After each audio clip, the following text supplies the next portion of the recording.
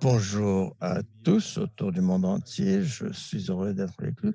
Je suis directeur général de DETEX et je suis ravi de pouvoir passer un peu de temps avec vous tous pour discuter l'autonomisation économique de la femme avec des chefs de file dans ce sujet. Le sujet est très important parce qu'il y a quelques mois, tout simplement, euh, à la moitié de la période consacrée aux objectifs de développement, la situation n'est pas aussi bonne qu'on pensait parce qu'au début de cette période, on a fait beaucoup de progrès, les choses s'amélioraient, mais la pandémie, bien sûr, a jeté un coup de frein surtout. Mais une des choses typiques de tout cela sera de savoir si la femme sera traitée en égalité avec les hommes dans toutes les sociétés du monde.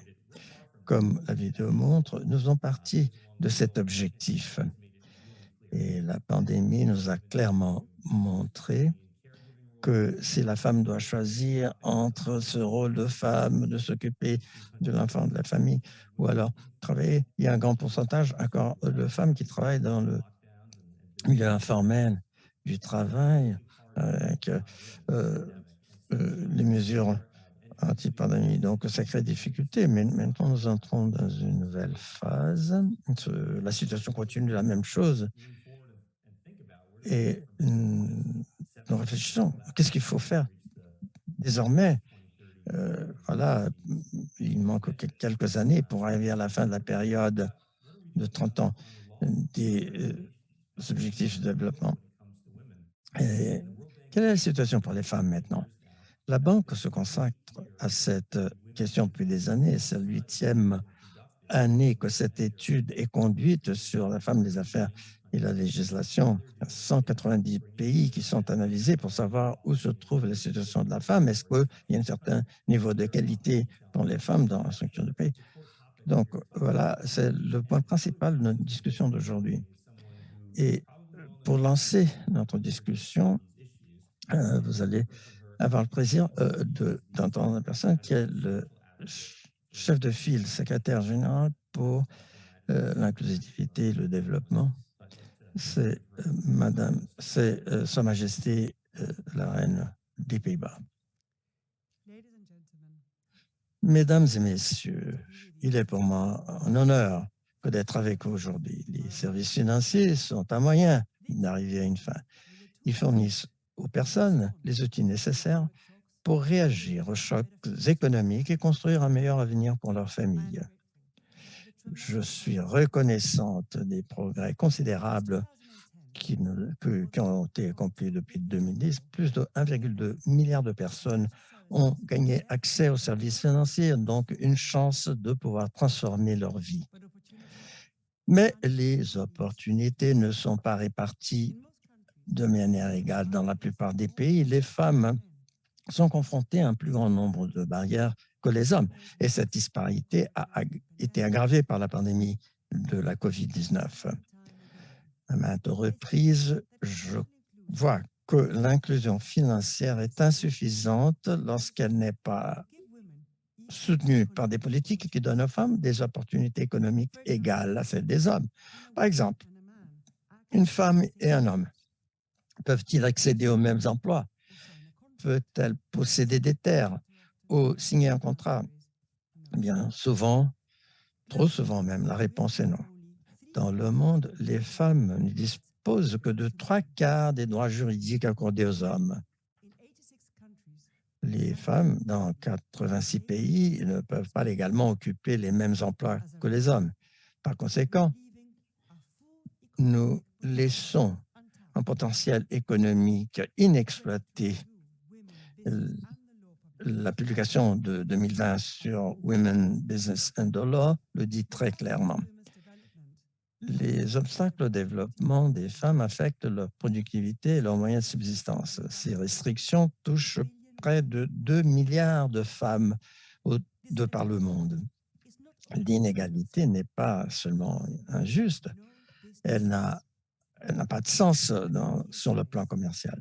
McKinsey estime que la réalisation d'une participation égale à la population active permettrait d'augmenter le PIB mondial de 28 000 milliards de dollars d'ici 2025.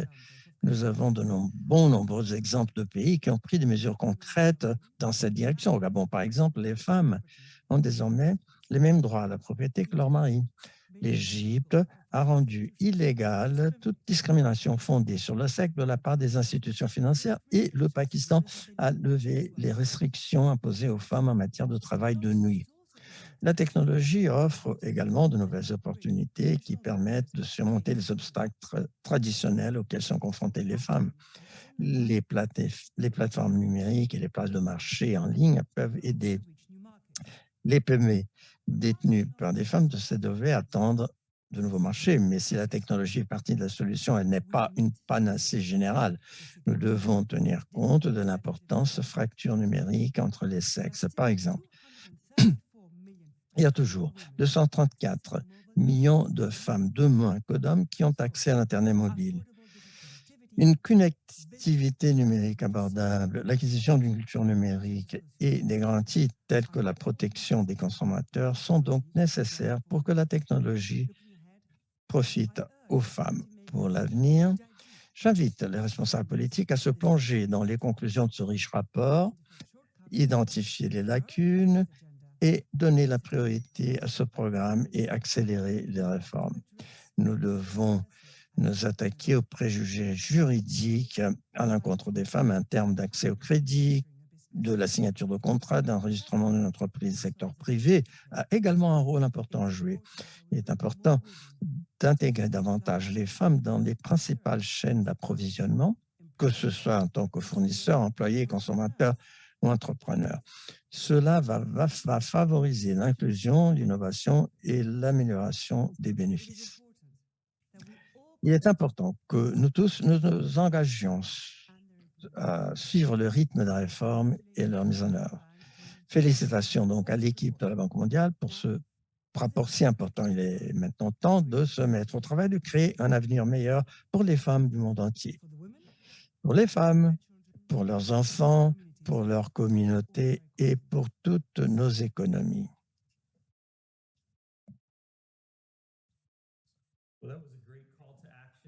Voilà un appel à l'action, un appel qui a été laissé par Sa Majesté et qui va guider notre conférence.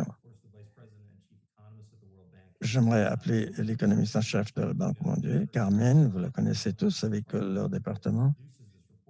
C'est le département qui a produit ce rapport. Je lui donne donc la parole.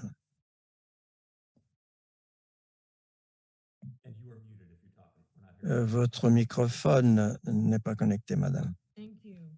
Merci. Merci à tous de votre participation au lancement de la conférence de 2022 et du rapport 2022 sur la femme, les affaires et les lois. Il y a quelques années, la Banque mondiale a publié un rapport sur le développement de l'homme, sur l'égalité des sexes, le développement. Le message était clair. La vie des femmes et des filles s'est améliorée sur les ans, mais on n'a pas suffisamment fait pour leur garantir des droits égaux et les mêmes opportunités que les hommes. Maintenant, nous arrivons à la troisième année d'une pandémie mondiale qui n'arrive qu'une fois par siècle. Et donc, cette tâche n'a pas été parachevée, toujours pas. Et nous voyons qu'il y a des retards. Il y a des marches en arrière qui se font. Il y a des défis à relever. Les femmes ont été affectées de façon disproportionnée par cette crise parce qu'elles étaient déjà plus vulnérables que les hommes au début de la crise. Des données de la Banque mondiale sur la pauvreté et la prospérité partagée montrent qu'il y a eu une augmentation considérable de la pauvreté mondiale qui se concentre notamment sur les femmes. Nombre de nouveaux pauvres qui ont été identifiés probablement se trouvent dans des villes et qui travaillent dans le secteur informel. Et malgré étant mieux instruits que les pauvres traditionnels et viennent intégrer ce nouvel ensemble de pauvreté. Donc, il faut chercher des solutions durables. Et pour commencer, une bonne idée serait de montrer comment une législation discriminatoire empêche que la femme contribue en égalité avec les hommes à l'économie. Donc, le rapport, la femme, les affaires et le droit propose des réformes juridiques vers l'égalité des hommes. Donc, il s'agit du 8e rapport de cette série et couvre 190 pays qui ont été analysés. Et le rapport nous montre qu'un monde plus prospère, plus égal est possible à l'avenir, que ce soit une jeune femme qui commence son nouvel emploi et essaie d'équilibrer son travail avec le soin des enfants, ou la femme qui s'apprête à prendre la retraite, et des indicateurs dans le rapport qui montrent la voie par laquelle la législation peut toucher la femme à n'importe quelle phase de leur vie, que ce soit des femmes au foyer, que ce soit des femmes qui travaillent dans le secteur formel ou informel. Cette année, nous nous félicitons de voir que le rapport explore aussi la question de soins des enfants, la prise en charge des enfants, et propose de combler les écarts sur papier de la législation, c'est-à-dire cela correspond à un début très bon de passer de la situation des jurés à la situation de facto, de voir que cette législation peut avoir un impact positif sur la vie quotidienne des femmes. Sans que la loi d'un côté et la pratique, ce sont deux composantes de cette question de l'égalité de genre. 2,4 milliards de femmes en âge de travailler n'ont pas les mêmes opportunités. Et dans 95 pays, le paye égal pour travail égal n'est pas obligatoire. Pour que la femme arrive à une situation juridique égale à l'homme, ça doit se faire et être mesuré dans tous les domaines.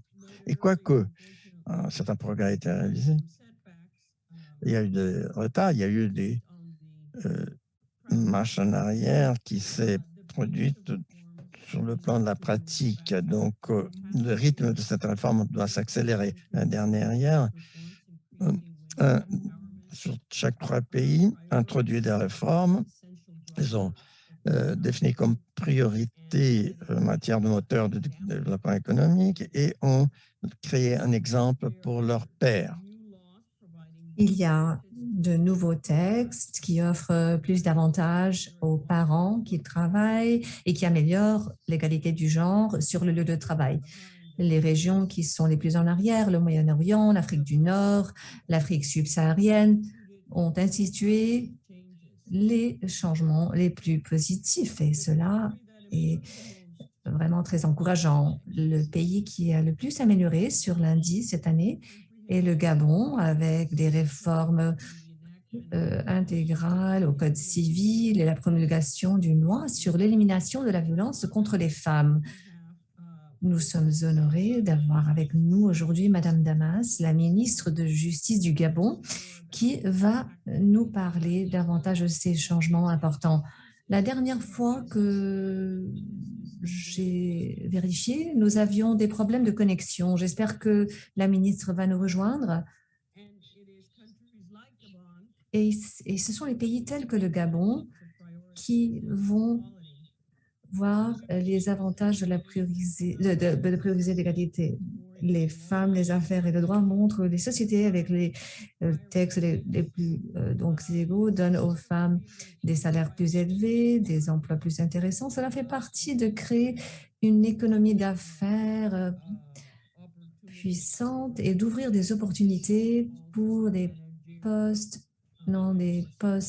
d'administration et à des niveaux plus élevés. Ce que montrent les données, c'est que la récupération inclusive commence avec des lois inclusive, des réformes légales qui encouragent et incitent le travail des femmes en accroissant leur pouvoir et en renforçant les communautés desquelles elles font partie, aussi bien que leurs économies, surtout face à des défis tels que la crise que nous avons vécue dans les derniers 3 ans. Il y a bien plus de travail à faire et il faudra que les gouvernements, les organisations internationales, la société civile, le secteur privé et tout le monde vraiment, il faudra que tout ceci participe pour accomplir donc ce que nous voulons. Les ressources donc incluent l'initiative de l'accélération de la qualité et le rapport qui sera disponible en direct et aura donc des données sur 15 ans de données sur les femmes, les affaires et le droit. Il s'agit d'une énorme nouvelle ressource publique.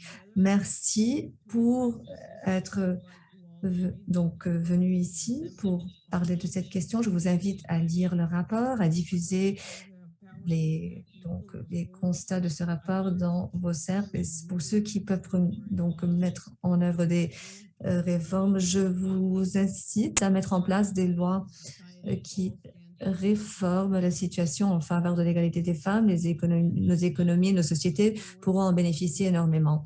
Merci. J'attends avec impatience de travailler avec vous pour accélérer l'égalité des genres. Merci beaucoup, Carmen. Nous allons voir si les gens faisaient attention à vos remarques, parce que je pense qu'il y a un petit quiz, un petit test qui est sur la plateforme de la Banque mondiale et les réponses étaient intégrées dans ce que Carmen nous a dit, les statistiques choquantes sur la disparité entre les environnements réglementaires et juridiques des femmes. Nous avons Madame Chombick avec nous qui va nous parler. C'est sa division qui produit ce rapport. Merci. Je vais commencer avec un grand merci à les plus de 2000 personnes qui ont contribué à notre recherche.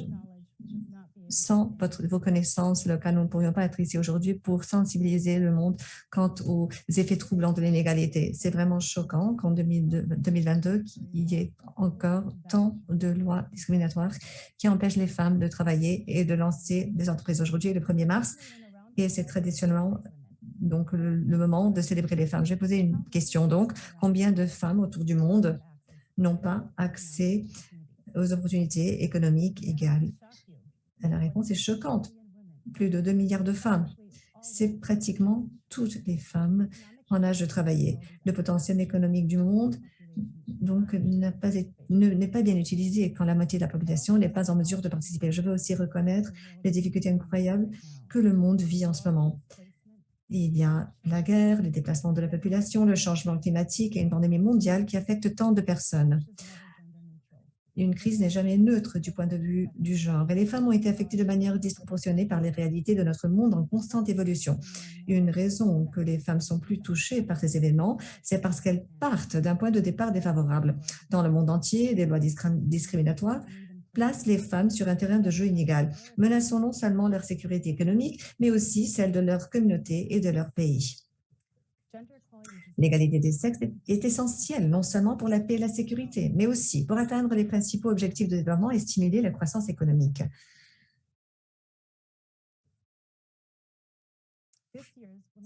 Cette année, l'initiative, donc le rapport Femmes et Forêts de droit fait partie de l'initiative d'accélération du progrès, donc rassemblant 12 ans d'expérience. Il y a eu des progrès, mais les progrès ont été très lents. Les constats de notre rapport ont confirmé ce message. Le rapport met à jour les données où les pays sont en réforme et où il y a plus de données à introduire. Nous avons introduit 2 domaines nouveaux, un cadre juridique pour les soins des enfants et la mesure des lois et des pratiques. L'égalité du genre est vraiment une politique économique intelligente.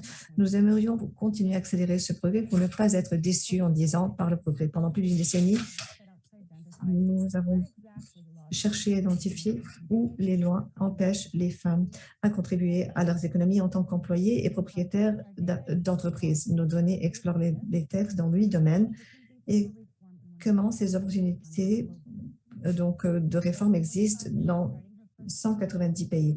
que ce soit une femme de 23 ans qui commence un emploi, une femme qui se prépare pour la retraite. Les 8 indicateurs montrent les façons que les lois affectent les femmes pendant toute leur vie professionnelle. Cette année, nous avons vu qu'en moyenne, les femmes ont 3/4 des droits juridiques de l'homme moyen. Le score moyen mondial est de 76,5.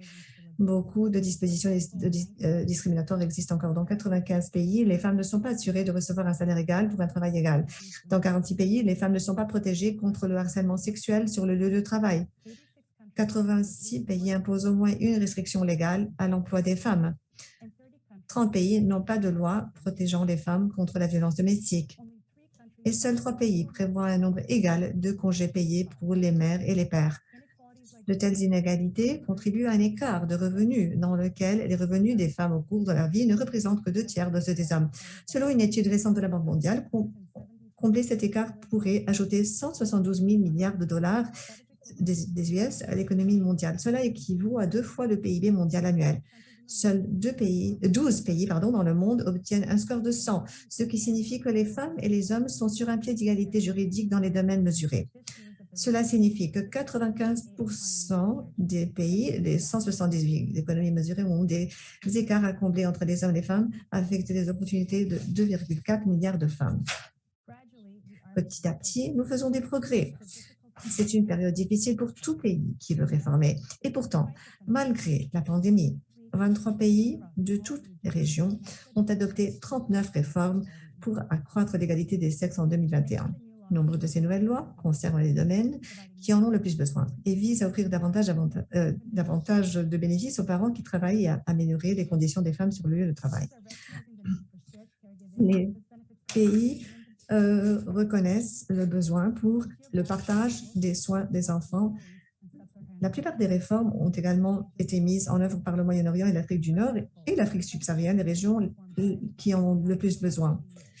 Donc, cette année, Bahreïn a demandé qu'il y ait ou a mandaté un paiement donc, égal pour un travail légal. Le Liban et d'autres pays ont mis en place des réformes. Et le pays qui a eu le plus de réformes était le Gabon. Nous en avons entendu parler et nous espérons en entendre plus. Comme résultat de l'ensemble des réformes, le score est passé de 57,5 l'année passée à 82,5 cette année. J'aimerais voir davantage de ce type d'efforts de réforme globale dans d'autres pays du monde. Nous sommes très enthousiasmés d'entendre davantage sur la manière dont ces changements importants ont été menés par le ministre Dama, et nous allons l'entendre plus tard. C'est un exemple dont nous pouvons tous nous inspirer. Nous ne doutons pas que le Gabon verra bientôt les avantages à la priorité accordés à l'égalité des sexes. Nos recherches montrent que les lois plus égalitaires sont associées à une participation accrue des femmes au marché du travail, à des salaires plus élevés et à une augmentation de l'entrepreneuriat féminin. Et une plus grande représentation des femmes au poste de direction. Cette autonomisation économique accrue des femmes se traduira sans aucun doute pour une croissance économique, car nous savons que ce qui fonctionne pour les femmes fonctionne pour l'économie. Mais nous devons également continuer à explorer la relation cruciale entre les droits des femmes et les résultats économiques et contribuer à défendre l'égalité des sexes dans tous les domaines de la vie. Cette année, c'est ce que fait Women Business and Law, les femmes, les affaires de droit, en élargissant ses recherches aux domaines cruciaux de la garde d'enfants et de l'application de la loi. S'occuper des enfants ne doit pas être considéré comme une question réservée aux femmes et essentielle pour construire des sociétés inclusives. Nos données pilotes sur la garde d'enfants dans 95 pays mesurent des cadres juridiques relatifs à la disponibilité, l'accessibilité financière et la qualité des services. Il est clair que cela doit être une priorité pour l'avenir afin d'obtenir de meilleurs résultats pour les femmes, les enfants et l'économie dans son ensemble. Les services de soins des enfants doivent être disponibles, abordables et de très bonne qualité. Actuellement, il y a un manque de politiques adéquates qui régissent l'offre de ce type de services de part et d'autre du monde et cela doit changer. La mise en œuvre et l'application des lois sont également des obstacles majeurs à l'égalité des sexes. Nous ne voulons pas seulement une loi sur l'égalité de rémunération pour un travail égal, nous voulons que les femmes reçoivent effectivement un salaire égal pour un travail égal. Un exercice pilote mené dans 25 pays révèle les écarts entre les lois en vigueur et la pratique réelle dans tous les domaines, ce qui confirme que les lois ne suffisent pas à garantir l'égalité des sexes. Comme vous le voyez, il reste beaucoup de travail à faire pour faire avancer l'agenda de l'égalité des sexes. Si des progrès ont été accomplis, le rythme des réformes doit être accéléré. Chaque région a donc ses lois, il y a une grande variation. Chaque région a des exemples d'économies dont les gouvernements mettent en œuvre des lois de bonnes pratiques et d'autres qui peuvent encore s'améliorer. Les pays peuvent s'inspirer des exemples de leurs voisins lorsqu'ils cherchent à mettre en œuvre des réformes ou à inspirer les autres à le faire. Si les dernières années nous ont appris quelque chose, c'est que nous ne pouvons pas attendre pour en faire une priorité. La nécessité d'une réforme est d'autant plus urgente aujourd'hui que la pandémie de Covid et d'autres défis ont creusé des inégalités de longue date entre les sexes dans le monde entier. Les données révèlent une baisse plus importante de la proportion de femmes employées à temps plein par rapport aux hommes. L'écart de rémunération entre les sexes est également creusé et les femmes sont plus susceptibles que les hommes de prendre des congés, de démissionner de leur poste pour s'occuper des enfants et de subir les violences domestiques. La pandémie a aussi donc augmenté la part des pauvres en affectant particulièrement les femmes. Il y a donc un côté positif. On voit que les femmes s'adaptent plus facilement aux plateformes numériques que les hommes. Donc, adapter et améliorer l'accès à ces technologies sont critiques pour permettre aux femmes de trouver de meilleurs emplois. Réformer les lois pour promouvoir l'égalité des genres devrait être une priorité pour aider les économies à donc atteindre une réparation de ces chocs. La réalisation de l'égalité des sexes exige un effort concerté de la part des gouvernements, de la société civile, des organisations internationales et du secteur privé. Mais les réformes juridiques et réglementaires peuvent servir de catalyseur important pour améliorer la vie des femmes ainsi que celle de leurs familles et de leur communauté. Les femmes des affaires de droit sont prêtes à participer à cet effort en continuant à célébrer les progrès réalisés et à souligner les possibilités de changements positifs. Pour plus d'informations, y compris 50 ans de données et de résultats par pays, veuillez consulter notre site web à l'adresse wbl.worldbank.org. Téléchargez le rapport, lisez le rapport et utilisez les données dans votre propre travail pour qu'on puisse accélérer l'égalité ensemble. À quoi ressemblera le monde dans 10 ans? J'aimerais donc remercier nos partenaires et je remercie de votre écoute, à vos courage et je m'attends à en prendre beaucoup de notre panel et de notre discussion. Merci beaucoup. Vous nous avez donné beaucoup de matière à réflexion, notamment Jamina Bellabidi, directeur diversité et l'autonomisation de la femme, notre Henriette Cole, qui est chef de genre et économie du FC, et nous espérons qu'au bientôt, Madame la ministre de Justice du Gabon, l'honorable Antonella Mbet Damas, va nous joindre. Greta Ball va lancer la discussion. Greta, c'est un plaisir que de vous accueillir. Je me souviens d'un événement à Copenhague sur l'autonomisation de la femme où on a lancé les bases sur toutes ces questions et aussi nous permettant de bien comprendre toutes ces questions. Comment voyez-vous le moment que nous vivons maintenant? Comment hiérarchiser les différents problèmes dans ce domaine vaste sur l'autonomisation économique de l'homme? Et est-ce qu'il y a eu, comment la pandémie avait changé le décor dans tout ça? Merci beaucoup, Raj. Bonjour à tous. C'est un honneur. Moi que d'être ici, nous nous du rapport qui a été publié cette semaine. Et comme vous avez dit, la base de tout cela, c'est de considérer la valeur de la vie des êtres humains, bien sûr, mais aujourd'hui, il est plus difficile de réussir né comme femme. Et dans certains endroits, cette difficulté est encore plus grande que dans d'autres. Donc, nous savons que pratiquement dans tous les pays du monde et communautés, la femme, bien sûr, ont des difficultés dépendant de leur situation. Il y a des barrières structurelles, les lois discriminatoires, les politiques discriminatoires, inégalité de paye, régime foncier, etc. Mais il y a d'autres difficultés dans la vie de tous les jours. Les normes culturelles, les attentes sur le rôle des femmes, qui croient que la femme doit s'occuper de la maison. Donc, le rapport montre bien tout cela et il y a il faut des leviers pour produire des changements sur le terrain. Je crois que les nouvelles conclusions qui vont arriver vont nous permettre de mieux tacler ces questions dans toutes les sociétés. Et pour résumer, la fondation de celle-là sur l'égalité des sexes et l'autonomisation économique, pour nous, le genre est présent dans tout ce que nous faisons en réponse à la pandémie, éradication de la poliomyélite, VIH, autonomisation économique. Je pourrais entrer dans les détails sur notre travail sur l'autonomisation économique, c'est-à-dire la capacité de la femme de gagner de l'argent.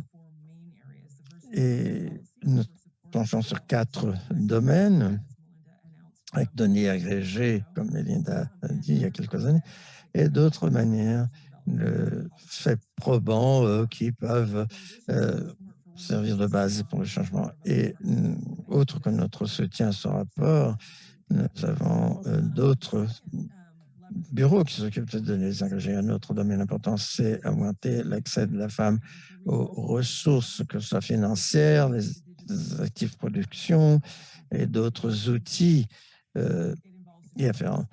Cela implique bien sûr tous les outils importants. Et il est aussi important de considérer que la femme doit détenir des ressources précieuses. La femme passe des heures à travailler sans paye, que ce soit la garde des enfants ou le travail à la maison.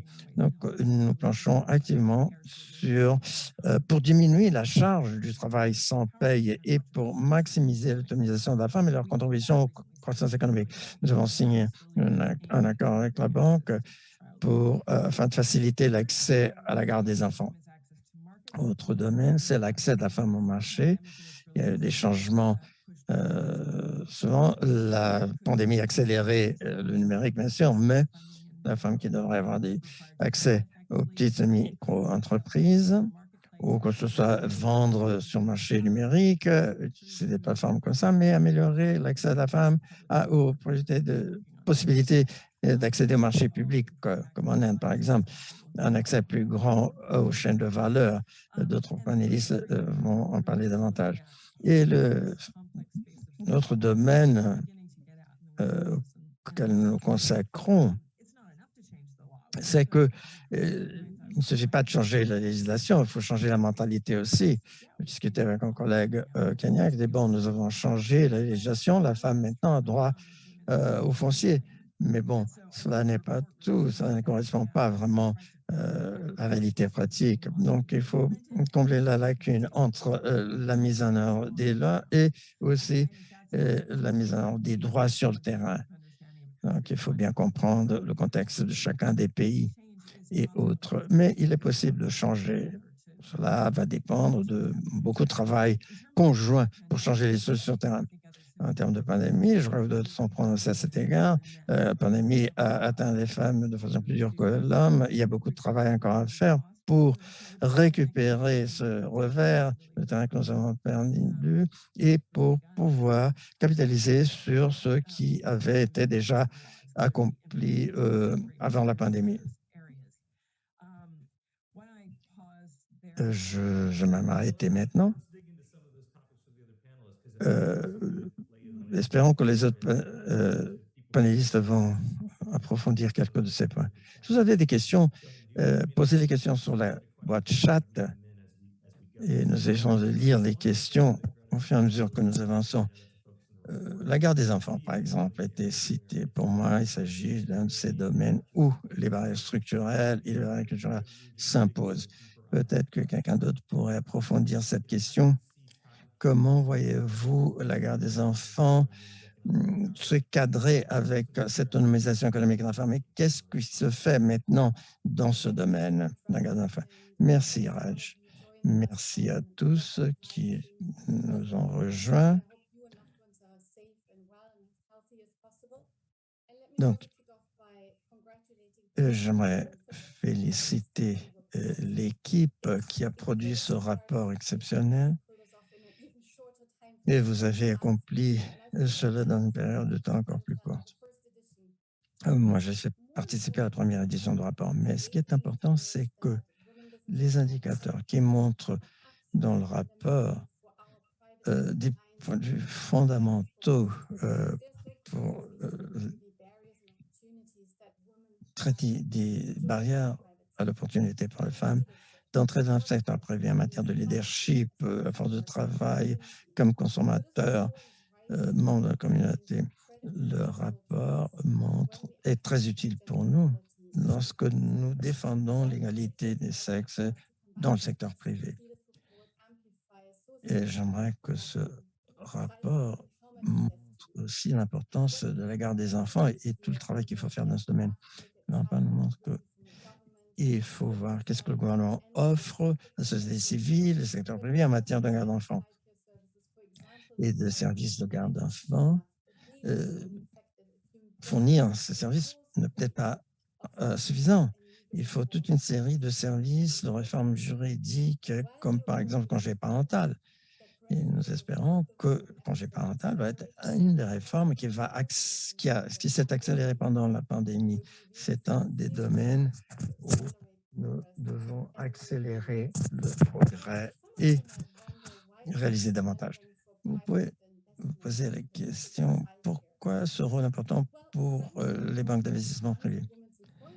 Le rapport sur l'avancement des femmes dans l'emploi a permis de changer certaines choses en matière d'investissement. Mais une des barrières qui s'est produite de manière répétitive, c'est l'injuste distribution des services de garde d'enfants, des pays inégales et qu'est-ce qu'il faut changer, comment et où.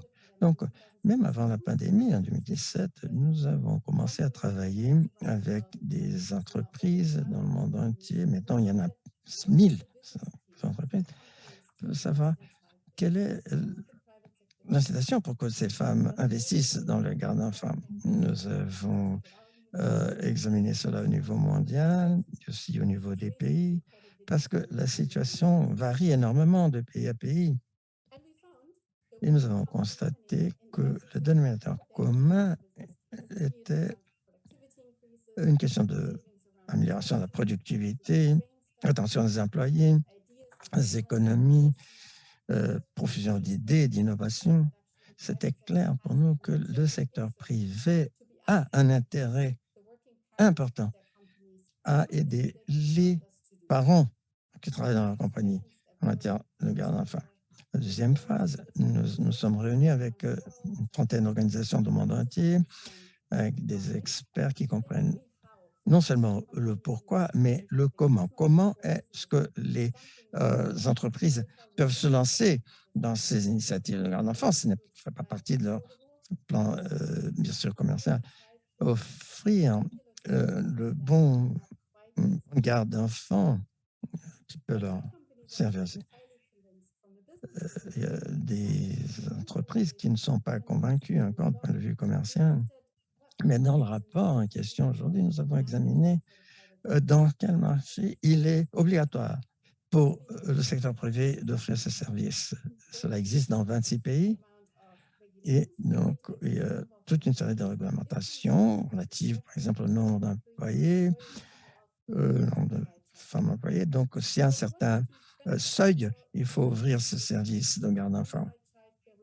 Mais, par exemple, ce service peut avoir lieu sur les lieux de l'entreprise. Nous avons proposé tout un éventail de solutions. Nous espérons pouvoir discuter avec vous sur le suivi à donner pour augmenter la capacité du secteur privé, ne pas être seul à travailler.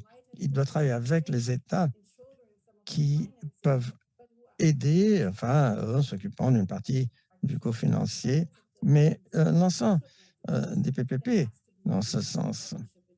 Il faut qu'il y ait ce partenariat entre l'État et le secteur privé. Pour conclure, la semaine dernière, une de mes collègues m'a écrit de Papouasie-Nouvelle-Guinée où les femmes ne sont pas suffisamment représentées au sein du secteur privé.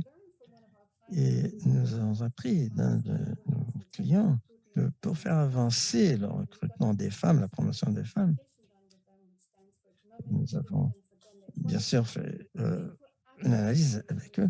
Ce qu'il fallait faire, c'est qu'il fallait reconnaître que les compagnies qui s'occupent de l'exploration minière, par exemple, n'avaient pas fait assez pour la garde des enfants.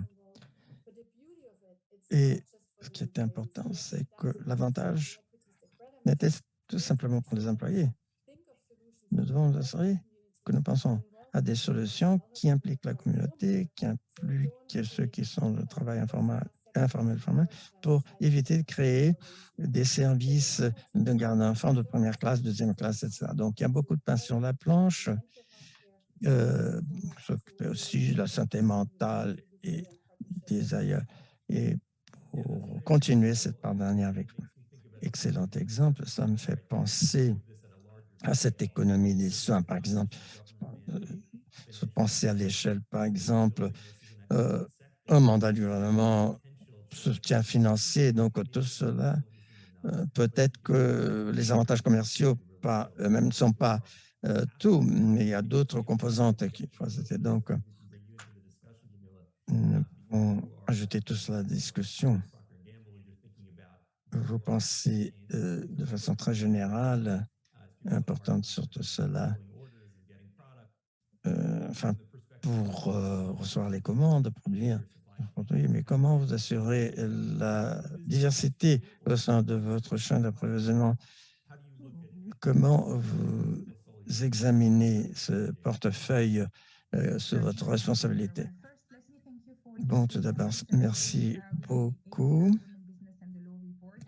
de cette célébration de ce rapport, la femme, les affaires et la législation. Mais d'abord, j'aimerais rappeler à tout le monde que le secteur privé est un partenaire puissant pour promouvoir l'égalité des sexes, surtout pour les femmes entrepreneurs, les femmes employées, les femmes consommatrices aussi. Donc, pensons au secteur privé comme un catalyseur, comme si c'était, par exemple, un modèle de rôle. L'application complète du secteur privé en matière d'égalité des sexes en dépend. Et donc, pour arriver, bien sûr, au développement, aux objectifs de développement. Donc, le secteur privé doit être impliqué dans ce dialogue à une phase initiale, à une phase de conception de tout cela. Et pour en revenir à la question des activités, je veux dire que nous sommes à un point de changement maintenant. Le secteur privé se transforme maintenant et ses interventions vont dépasser la question des objectifs millénaires. Donc, l'égalité des genres est une stratégie commerciale très importante parce que ça augmente la possibilité de prospérer pour les affaires. Aujourd'hui, c'est une partie intégrante de notre stratégie. Nous aimons penser à intégrer cet aspect, c'est intentionnel. Ce n'est pas vraiment quelque chose que l'on rajoute. Dans l'égalité du genre, il y a l'accroissement du pouvoir économique des femmes qui en est une grande partie. Cela est évident au niveau interne, mais aussi au niveau externe avec la chaîne d'approvisionnement. Avec cette chaîne d'approvisionnement, nous avons élaboré un programme assez holistique autour de l'accroissement économique des femmes, du pouvoir économique des femmes, pour vraiment soutenir les femmes entrepreneurs. Nous l'avons fait dans 4 domaines précis où nous savons que nous pouvons avoir un impact. Et au bout du compte, que l'on peut s'assurer que les femmes puissent prendre le contrôle de l'économie. Nous avons étudié toute la chaîne d'approvisionnement. Il y a en premier l'approvisionnement, l'offre, ajouter plus de femmes entrepreneurs, donc plus d'entreprises qui sont la propriété de femmes. Mais il s'agit aussi de la façon que nous inspirons, nous engageons nos partenaires d'affaires pour encourager des changements dans leur propre monde et donc l'adoption des bonnes politiques, des bonnes pratiques. Je vous dirais que c'est un de nos programmes les plus importants. Nous comptons sur l'engagement et la réponse positive de nos fournisseurs. Nous sommes une grande entreprise et nous travaillons avec de grands fournisseurs. Et si nous pouvons réaliser ce changement, nous pouvons avoir un impact vraiment à une très grande échelle. Et je dirais aussi aujourd'hui qu'il s'agit d'un domaine qui n'est pas vraiment clairement important pour tout le monde. Exploiter le pouvoir d'achat des entreprises est donc un aspect qui est très peu utilisé. C'est vraiment un aspect que nous voulons promouvoir. Il nous faut un soutien de toutes les parties prenantes clés, le secteur privé, public, tout le monde. Le deuxième pilier de notre intervention et de notre programme d'accroissement du pouvoir économique, c'est la création du changement. Peut-être que vous savez que P&G est donc un des plus grands des grandes entreprises de publicité du monde. Alors, nous voulons accroître la, la position des femmes dans ce domaine. 50% de nos publicités seront dirigées par des femmes dès 2023. Ce sont des façons que nous pouvons nous assurer que la représentation soit égale et que nous offrons des opportunités d'égalité aux femmes. Le troisième domaine est la chaîne d'innovation. L'innovation est essentielle pour toute entreprise, surtout pour nous. Ici, nous voulons soutenir les startups dirigées par les femmes, les fondatrices, les créatrices. Comment les aider à établir leurs entreprises, faire croître leurs entreprises. Nous le faisons par des programmes d'accélération, de mentorat et autres. Et le quatrième pilier, nous intervenons de façon intentionnelle, c'est la chaîne de vente. Nous avons entendu la mesure dans laquelle il est important d'exploiter les plateformes numériques pour permettre aux femmes, aux entrepreneurs de vendre leurs produits et leurs créations. C'est ce que nous faisons. Nous voulons intégrer davantage les femmes entrepreneurs dans nos canaux de distribution. Nous les aidons à renforcer leurs compétences d'entrepreneuriat. Donc, c'est quelque chose qui peut durer sur le temps et c'est une approche assez holistique. Mais je dirais qu'il y a certains aspects qui sont importants. Il y a l'importance de l'engagement. Nous n'obtenons que ce que nous mesurons. Au Forum de la génération d'égalité en juin, nous avons annoncé que nous allons investir 10 milliards de dollars dans les entreprises qui sont la propriété de femmes. Donc, c'est très important. Deuxième chose que j'aimerais souligner, c'est l'importance non seulement de se pencher sur la partie propriété de l'entreprise, qui est vraiment important, mais il faut aussi faire de l'espace pour les groupes sous-représentés, les femmes propriétaires, les aider à donc accumuler des actifs, mais il est aussi important d'habiliter les femmes employées dans les grandes entreprises et les entreprises moins grandes. Donc, être curieux quant à comment les fournisseurs abordent cette question de représentativité est quelque chose qui est important. Et il serait facile de cocher une case sinon, parce que si vous ne regardez pas dans l'entreprise, vous ne saurez pas vraiment si vous avez atteint votre objectif. C'est une approche holistique à l'égalité. Greta, j'aimerais me tourner vers vous. Vous avez évoqué un point qui est soulevé dans le rapport. Il s'agit non seulement de promulguer une loi, mais de le mettre en œuvre, cette loi. Il y a l'exemple du Kenya, que les femmes peuvent être propriétaires de terrain, mais cela ne se traduit pas à des exemples dans la vie réelle. Quelle est l'attention à ce niveau et dans quelle mesure est-ce qu'on devrait faire attention à cette question de la mise en œuvre comparée aux textes existants? C'est une très bonne question qui nous pose beaucoup de défis. Changer la loi est quelque chose de tangible, mais changer les normes sociales est moins tangible, mais c'est tout à fait crucial.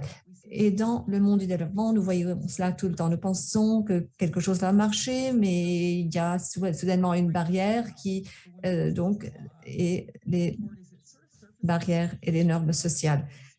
En fait, beaucoup de personnes ont parlé de cela dans ce rapport des femmes et des affaires de droit. Le fait est que vous avez des données qui rendent les choses visibles pour le secteur privé et aussi pour ce qui concerne les politiques publiques. Et je pense que la banque joue un rôle très important ici dans la promotion des données désagrégées par sexe, mais aussi il faut établir des partenariats et agir par le biais de ces partenariats. La pandémie a bien démontré que le manque de services de garde d'enfants est très important. Récemment, nous avons signé donc un mécanisme de multiples millions de dollars pour faire un travail conjoint avec la banque. Il y a bien plus de travail qu'on peut faire ensemble pour être sûr que ces modifications juridiques aient lieu, mais qu'il y ait un changement au niveau des normes sociales. Et là, il faut des partenariats vraiment différents. Et il y a des partenariats avec les décideurs et les institutions du gouvernement qui soutiennent la loi, mais cela impliquera aussi la société civile, les groupes de femmes, le secteur privé, les organisations médiatiques et les communautés sur le terrain. Et ce qui est important, c'est qu'il faut vraiment penser à comment nous faisons participer les hommes en tant qu'alliés et défendre l'idée que faire entrer les femmes dans l'économie est une situation où tout le monde va gagner, y inclut les hommes et d'autres dans la communauté. Et je pense donc qu'il s'agit d'un effort sur le long terme qui est difficile à réaliser. Il va falloir s'attaquer à des questions de multiples points de vue et voir de multiples acteurs. Et toujours bon de se pencher sur des exemples qui fonctionnent. Nous avons entendu un peu sur le Gabon. Nous avons la ministre avec nous maintenant. Alors, j'aimerais passer à vous, Madame la ministre, parce que votre nom a été évoqué à maintes reprises. Peut-être que vous aurez brûlé. Nous avons vu les augmentations sur l'indice du Gabon, enfin la montée et puis les réformes juridiques. Pouvez-vous nous parler de comment ce succès a été rendu possible? Juste quelques minutes parce que le temps s'achève. Merci beaucoup et désolée pour le retard. Comme vous savez, je suis au Conseil des droits de l'homme, donc je venais à peine de passer à Genève. Alors, comment ces réformes ont été possibles? C'est d'abord une vision. C'est la vision du chef de l'État. Faire du Gabon un pays émergent. Et pour faire du Gabon un pays émergent, il faut faire participer toutes les forces vives de la nation, et notamment toutes les composantes, et notamment les femmes, qui représentent 52% de la population. Il a confirmé cette vision en décrétant la décennie de la femme, 2015-2025. À la suite de cela, un diagnostic a été fait sur la condition de la femme dans tout le pays, un diagnostic qu'il faut dire exhaustif sur tous les aspects de la condition de la femme. Donc, un travail a été fait. Et c'est à partir de ce diagnostic que cette stratégie donc, a pu être mise en œuvre. Et derrière cette stratégie, il y a des acteurs principaux. Je parlais du président de la République, je parlais de la première dame, qui s'est impliquée au premier chef, parce que c'est elle qui a commandité donc, le cabinet qui a fait l'étude. C'est elle qui participe au même titre que tout le gouvernement. Un acteur important également, le Premier ministre, parce que c'est elle qui coordonne l'activité de tous les départements qui ont concouru donc à ces réformes. Et c'est une task force donc, qui se réunit à échéance pour suivre la mise en œuvre. On est parti du processus d'élaboration des lois jusqu'à leur promulgation. Nous sommes arrivés maintenant à la mise en œuvre. Là, nous avons entamé dès la mise en œuvre, dès la promulgation des lois, au mois de septembre, nous avons commencé un processus de formation de tous les acteurs qui doivent utiliser ces lois, les magistrats, les officiers de police judiciaire. Donc, notre ministère était en charge de ce plan-là. Donc, octobre, novembre, décembre, nous avons fait donc tout le pays. Mois de janvier, on continue sur la capitale Libreville. Et nous sommes en train de donner une autre ampleur à cette vulgarisation parce que maintenant, nous appelons à toucher tous les autres acteurs. Là, même dans le domaine de la religion. Donc, nous avons des points focaux qui font la promotion des lois dans les églises pour leur donner vraiment l'esprit de la loi et pour leur montrer que ce ne sont pas des lois qui sont contre nos coutumes ni contre la religion, mais ce sont des lois humanistes pour le développement de la femme, pour la cohésion de la famille et pour le développement de la société. C'est vraiment la réussite de ces réformes, c'est vraiment une volonté déterminante et déterminée du chef de l'État en premier lieu.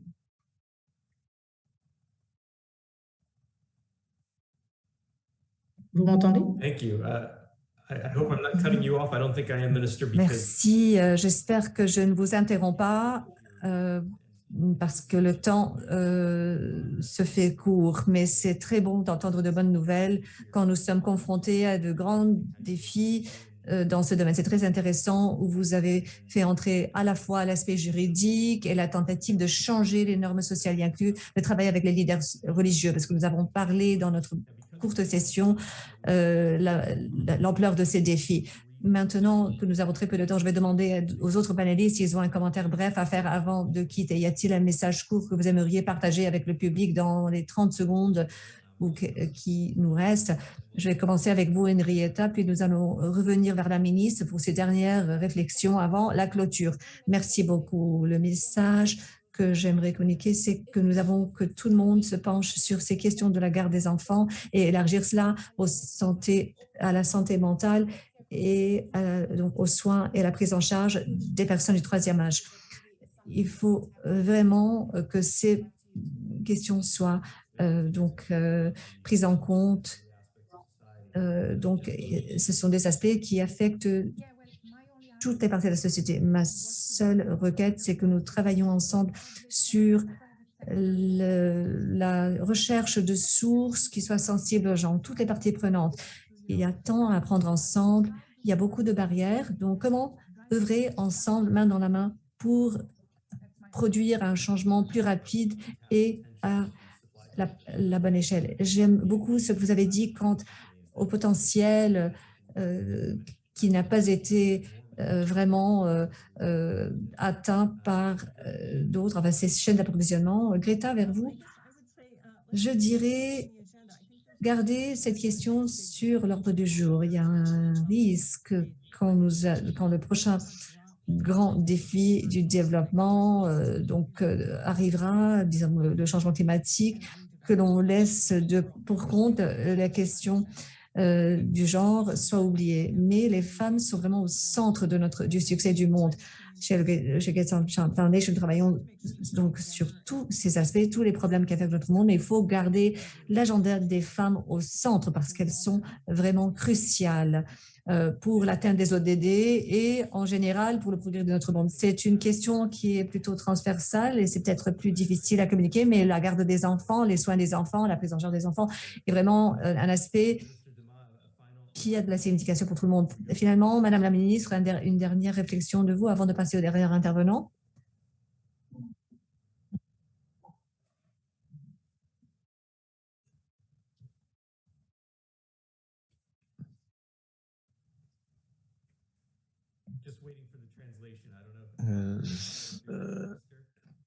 Ministre, Madame la Ministre, êtes-vous là?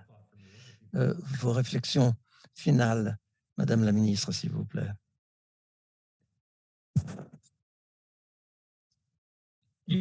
Question, vous dites? Oui, vos réflexions finales de conclusion, Madame la Ministre, s'il vous plaît.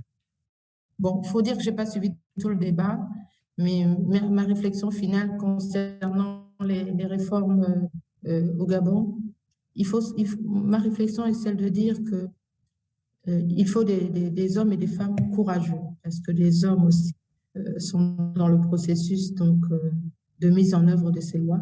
Il faut des hommes et des femmes courageux pour arriver au bout des réformes, parce que ce n'était pas évident. Même si on est arrivé à promulguer les lois, ce n'était pas facile du tout.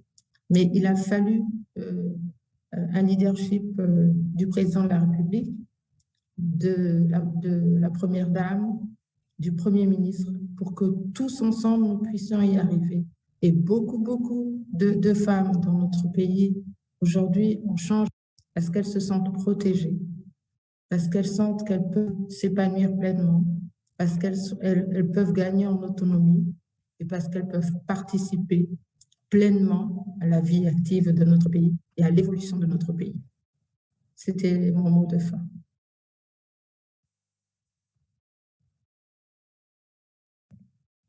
Thank you so much, Minister, and thank you to all of our panelists. I know people who are following this. Merci beaucoup, Madame la Ministre. Excellence, merci. Merci à tous les panélistes. La discussion a été très fructueuse. Nous en sommes très reconnaissants. J'aimerais appeler Norman Lerazad, qui est directeur des indicateurs. Merci. Et Un grand merci à tous les orateurs de ce matin. Ce fut un événement très important sur, bien sûr, ce rapport, la femme des affaires et la législation. Et Augusta, j'aimerais aussi le manifester ma reconnaissance à tous les membres de l'équipe qui ont permis la réalisation de ce rapport. C'est un rapport excellent derrière lequel il y a des personnes très dévouées. Et ce rapport n'est pas l'exception. Nous avons vérifié des quantités énormes de données. Nous avons mené des réflexions très profondes pour pouvoir envoyer à tout le monde le message de ce rapport. Merci à tous les membres de l'équipe. Votre projet fait la différence. Donc, changer la législation pour l'égalité des sexes peut permettre de suivre ce chemin, d'arriver à des économies plus résilientes et participatives. Merci beaucoup. Merci, merci à tous. Félicitations pour le rapport. Et peut-être que pour Claude, vous avez certainement entendu cela déjà, mais les femmes dans le monde entier ne comptent 3/4 des droits de l'homme et plus de 2 milliards souffrent de cette situation. Et il n'y a pas de paix égale de travail égal pour toutes les femmes. Il n'y a parité des genres n'existe que dans un certain nombre de pays. Il y a beaucoup de travail, beaucoup de pain sur la planche, mais j'espère que vous avez été inspiré par ce rapport et l'occasion d'écouter le conférencier d'aujourd'hui sur ce que nous pouvons faire pour continuer ces efforts. Merci beaucoup et une bonne journée à tous.